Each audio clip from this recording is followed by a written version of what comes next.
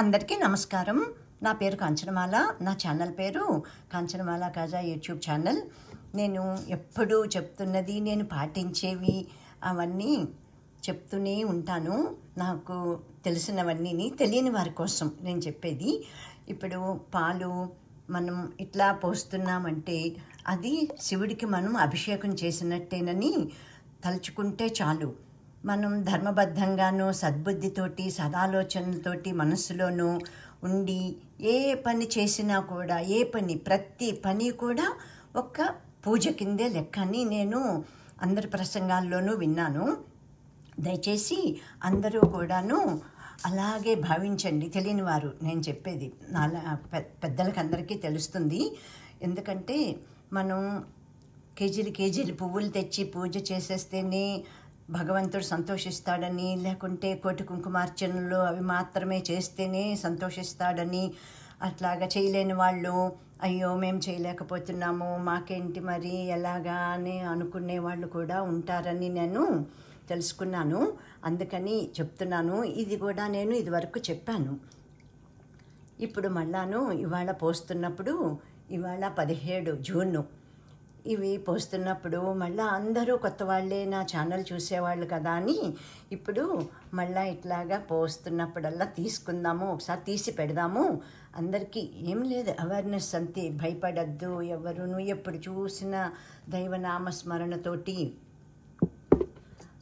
ఏ పని చేసినా కూడా అది ఒక పూజ అనుకుంటే చాలు అని పెద్దలందరూ చెప్తున్నారు. ఇది నేను చెప్పింది కాదు. నేను కూడా నాకేం తెలియదు కదా, నేను ఏ గ్రంథాలు చదవలేదు, నాకు సంస్కృతం రాదు, నేను ఎక్కువ చదువుకోలేదు కూడాను.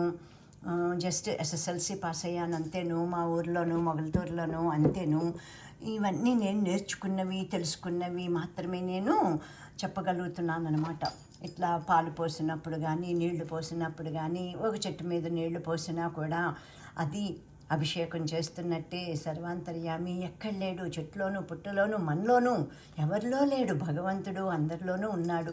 అదంతా మనం గ్రహించలేక మాయ నేను నేను నేను అని విర్రవీగిపోతాము. ఏముంటుంది, ఏమీ ఉండదు. తెలుసుకునేటప్పటికీ అంతా అయిపోతుంది.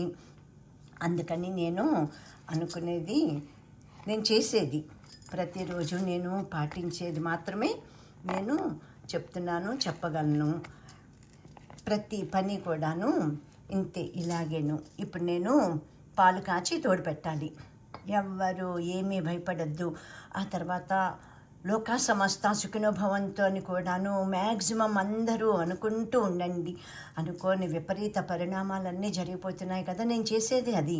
ఇంకా నేను ఇంకొకటి చేస్తాను. ఏంటంటే ఇద్దరిని కలిపి లక్ష్మీనారాయణోభ్య నమః, ఉమామహేశ్వరోభ్య నమః, ఆ తర్వాత ఓం శ్రీ కృష్ణ శివమారుత్యాది సచ్చిదానంద సమర్థ సద్గురు సాయినాథాయ నమః అని ఇలాగ మొత్తం చదువుకుంటానన్నమాట ఎప్పుడు చూసినాను. ఆ తర్వాత ఇవి మంచినీళ్ళు మా వాలీకి, అంటే మా 4 ఏళ్ల కుక్కని నేను మా వాలీబాబా అంటాను. అప్పుడు ఏం చేస్తానంటే కాళ్ళకి చెప్పులు వేసుకుని ఇంట్లో తిరిగితే కనుక ఆ చెప్పులు కూడా తీసేసి ఈ మంచినీళ్ళు బౌల్లో పోస్తాను కదా. ఇది కూడా అభిషేకం, శివాభిషేకం. కాలభైరవ స్వామి అర్పణమస్తు. కాలభైరవ స్వామికి, కాశీ విశ్వనాథునికి నేను అభిషేకం చేస్తున్నాను అనుకుని ఓం శ్రీ కాలభైరవ స్వామి నమః, ఓం శ్రీ లక్ష్మీనారాయణోభ్య నమః, ఓం శ్రీ ఉమామహేశ్వరోభ్య నమః, ఓం శ్రీ కృష్ణ శివమారుత్యాది సచ్చిదానంద సమర్థ సద్గురు సాయినాథాయ నమః. ఇంతే, ఇదే నాది. ఎప్పుడు చూసినా నేను ఆచరించేవి మాత్రమే చెప్తున్నానని దయచేసి గ్రహించండి. నేను చెయ్యంది ఏమీ చెప్పను. ఇప్పుడు నాకు 72 ఏళ్ళు. చాలా కాలం నుంచి నాకు ఇట్లాగా అలవాటైపోయిందనమాట. మా వాళ్ళని చూసుకుని అట్లాగా అనుకోవటము, కాలభైరవ స్వామి అనుకోవటము. ఎప్పుడు చూసినా వాడికి ట్రీట్ ఇస్తాను. ఇచ్చినప్పుడల్లా కూడా అదిగో పడుకున్నాడు.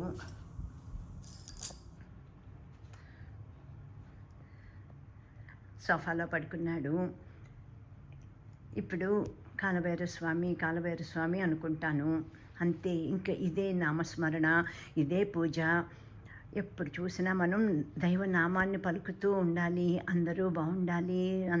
మనం కూడా బాగుంటాం కదా, అందరూ అంటే మనము ఉంటాం కదా అందులోనూ. అందరూ బాగుండాలి. తర్వాత మనం ఎలాగా ఎన్ని కష్టాలు ఎదుర్కొన్నామో అలాగే అందరూ కూడా కష్టాలు ఎదుర్కొని అందరూ కూడా చల్లగా ఉండాలి. తర్వాత మనం ఎంత సుఖంగా ఉన్నామో అలాగే అందరూ సుఖంగా ఉండాలి. అందరి పిల్లలకి పెళ్ళిళ్ళు అయిపోవాలి. మనకి ఎలా ఉంది మన జీవితం, మనము ఎంత ఆనందంగా ఉన్నామో అలాగే అందరూ ఆనందంగా ఉండాలని కోరుకోవాలి. ప్రయత్నించాలి. అలవాటు లేనప్పుడు కూడాను మనస్సుకు అలవాటు చేసేసుకోవాలి. ఇదంతా పెద్దగా గట్టిగా నోరెట్టి ఇలాగేమీ చెప్పవలసిన పని లేదు. ఎంతసేపు మన మనస్సులో ఆలోచన ఇలాగా అందరినీ మన మనసులో మంచి జరగాలని అది ఆశీర్వచనమే అవుతుంది కదా. అది ఆశీర్వదిస్తూ ఉంటే మనకి కూడా ఆశీర్వాదాలు అందుతాయి. ఇప్పుడు మనం ఎలా చేస్తున్నామో అలాగే చేస్తారు మిగతా వాళ్ళు. అవన్నీ మిగతా వాళ్ళందరికీ అందాలని వారు కోరుకుంటారు కదా, అలాగే ఉంటుందన్నమాట. ఈ ఇదంతాను మనం కోరుకోవటం. ఆ తర్వాత మా వాలీబాబా జీవితానికి పరమార్థం ఎంత నేర్పిస్తాడో చాలా నేర్చుకుంటాను నేను.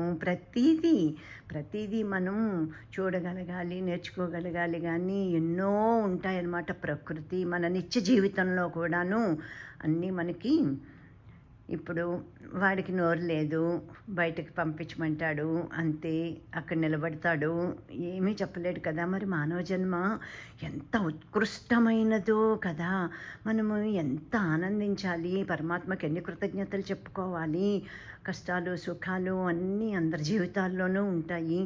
ఇప్పుడు ఆ ఎయిర్ ఇండియా ఫ్లైటు ప్రమాదం చూడండి, నా మనస్సు మొత్తం మార్చేసినట్టు వికలమైపోయినట్టు అయిపోయింది. ఎప్పుడూ ఇంత చలించిపోలేదు నేను. చాలా విచిత్రం. రోజు ఆ వీడియోలు ఇంకా చూస్తూనే ఉన్నాను. ఎంతమంది బాధపడతారో, ఎంత దుఃఖాన్ని దిగమింగుకోవాలో వాళ్ళు. భగవంతుడా, ఇలాంటి పరిస్థితి పగవాళ్ళకు కూడా వద్దు, ఎవరికి రాకూడదు, ఎప్పుడు జరగకూడదు అని ఇంకా అలాగే తప్త హృదయంతో నేను మనసులో ఆలోచిస్తూనే అలా ప్రార్థిస్తూనే ఉన్నాను. అందరూ కూడాను ఇతరుల శ్రేయస్సు. అందుకనే మనకి పెద్దలు ఋషులు ఏం చెప్పారు? లోకా సమస్త సుఖినో భవంతు, సర్వే జనా సుఖినో భవంతు. ఓం శాంతి.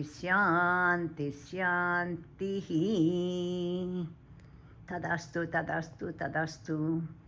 Thank you to you all my dear all viewers.